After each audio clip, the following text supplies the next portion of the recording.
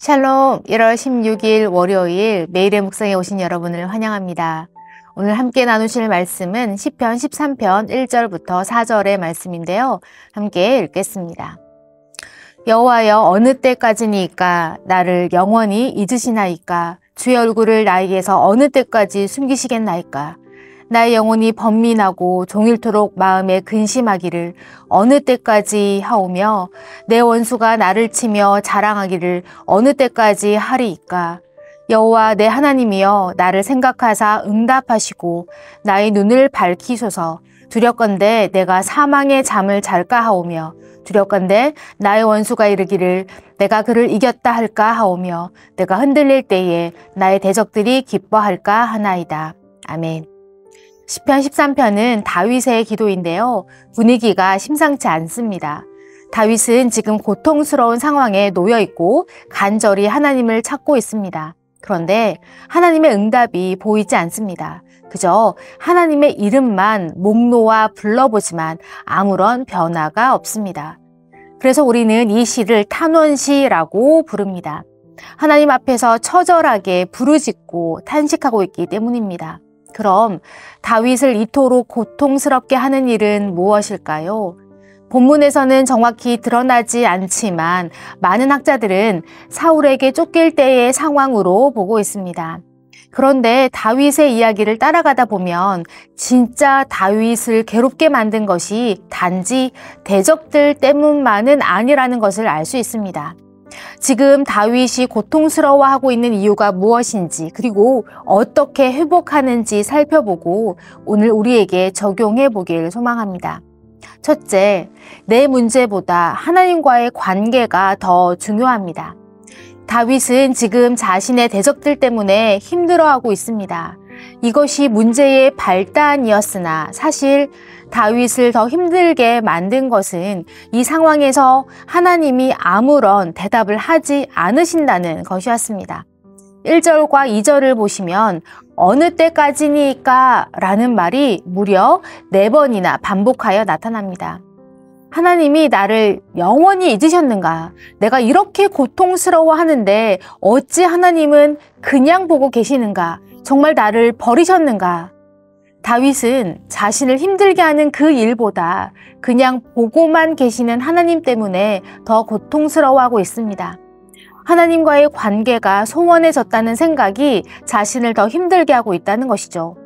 사랑하는 성도 여러분, 하나님께서 나에게 침묵하고 계신다고 생각하신 적이 있으십니까? 우리를 힘들게 하는 문제는 언제나 우리 가까이에 있습니다. 그러다 어려운 일을 만나면 우리는 하나님이 함께 하신다는 믿음으로 이겨냅니다. 그런데 그 믿음이 흔들리게 되면 우리는 도저히 일어날 수 없게 되는 것입니다. 다윗이 두려워하는 것도 바로 이것이었습니다. 두렵건대 내가 사망의 잠을 잘까 하오며 두렵건대 나의 원수가 나를 이겼다 할까 하오며 내가 흔들릴 때에 나의 대적들이 나를 기뻐할까 하나이다. 다윗은 자신이 하나님에게서 멀어져 죽게 될까 봐 두려워하고 있고 그런 자기를 보며 대적들이 기뻐할까 두려워하고 있습니다. 그들의 승리는 다윗 한 사람에 대한 승리가 아니라 하나님의 사람 다윗에게 대한 승리였기 때문입니다.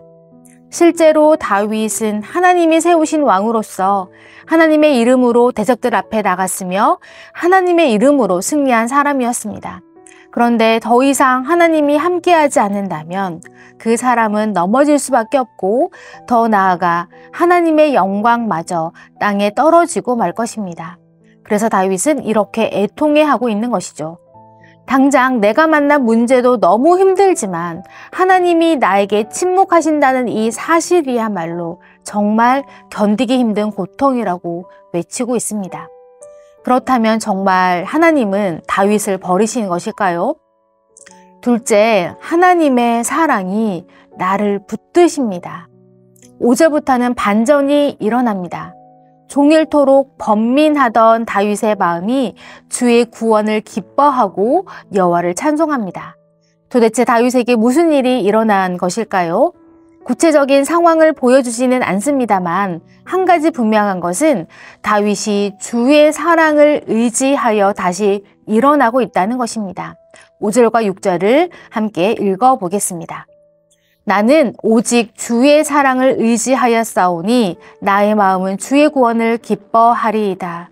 내가 여호와를 찬송하리니 이는 주께서 내게 은덕을 베푸심이로다. 아멘. 이런 극적인 변화의 힘은 다윗의 과거 경험과 깊은 관련이 있습니다. 이를 이해하려면 사용된 단어의 시제를 한번 살펴봐야 하는데요. 5절에 의지하였사오니에 사용된 원어의 시제는 완료형입니다. 다윗이 하나님의 사랑을 의지한 시점은 과거입니다. 그런데 기뻐하는 시점은 미래입니다. 다윗은 예전에도 어려움에 처했을 때 하나님을 의지했고 그럴 때마다 구원해 주셨습니다. 과거에 은혜를 베푸신 하나님께서 미래에도 동일하게 그렇게 하시리라고 확신하며 주의 구원을 기뻐하겠다고 고백하는 것입니다. 여기에서 사용하는 사랑은 헤세드라는 단어인데요. 하나님의 헤세드는 그 누구도 끊을 수 없는 언약적인 사랑입니다. 예전에 나를 돌보신 그 하나님의 사랑은 앞으로도 변함없는 하나님의 사랑이요. 오늘도 나를 돌보시리라는 믿음이 되는 것입니다.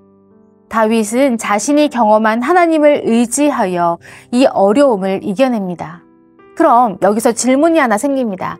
도대체 하나님은 어디에 계셨던 것일까요? 개인적으로 저는 하나님이 여전히 그 자리에 계셨다고 믿습니다. 그저 다윗이 눈앞에 있는 문제에만 집중하느라 그곳에 계신 하나님을 보지 못한 것이죠. 하나님은 침묵의 시간을 통해 다윗이 스스로 하나님을 찾아가도록 기다리신 것이라 믿습니다. 사랑하는 성도 여러분, 지금 고난 가운데 계십니까? 우리를 흔드는 것은 문제의 크고 작음이 아니라 그 문제 가운데 함께 계시는 하나님을 내가 바라보고 있는가 그렇지 않는가에 달려있다는 것을 기억하시면 좋겠습니다. 거짓의 아비 마귀는 계속 우리에게 여호와께서 너를 떠나셨다고 속삭입니다. 그러나 그런 거짓의 마음을 빼앗기지 마십시오. 하나님의 헤세드는 영원 불변하십니다. 지금까지 우리를 돌보신 하나님의 사랑을 기억하십시오. 혹시 하나님께서 침묵하신다는 생각이 드신다면 다윗처럼 하나님 앞에서 울부짖으며 상한 마음을 다 쏟아내십시오. 그리고 그 비워낸 마음에 지금까지 나에게 베푸셨던 하나님의 은혜를 채우는 것입니다. 예전에 나를 살리셨던 하나님의 은혜는 오늘도 내일도 영원토록 우리를 떠나지 않으시고 우리를 다시 살리실 것입니다. 여러분은 여호와께서 선택하신 사람입니다. 하나님은 여러분을 통해 당신의 영광을 드러내실 것입니다. 그러니 절대로 주님은 여러분을 버려두지 않으십니다.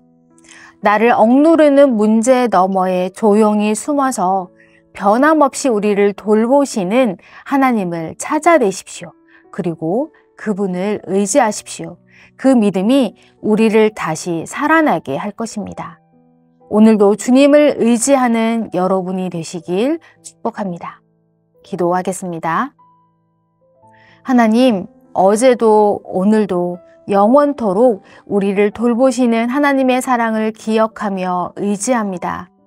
우리의 눈을 열어 오늘도 우리를 돌보시는 하나님의 손길을 보게 하시고 원수 마귀의 거짓에 흔들리지 않는 굳건한 믿음을 허락하여 주시옵소서. 예수님의 이름으로 기도합니다. 아멘.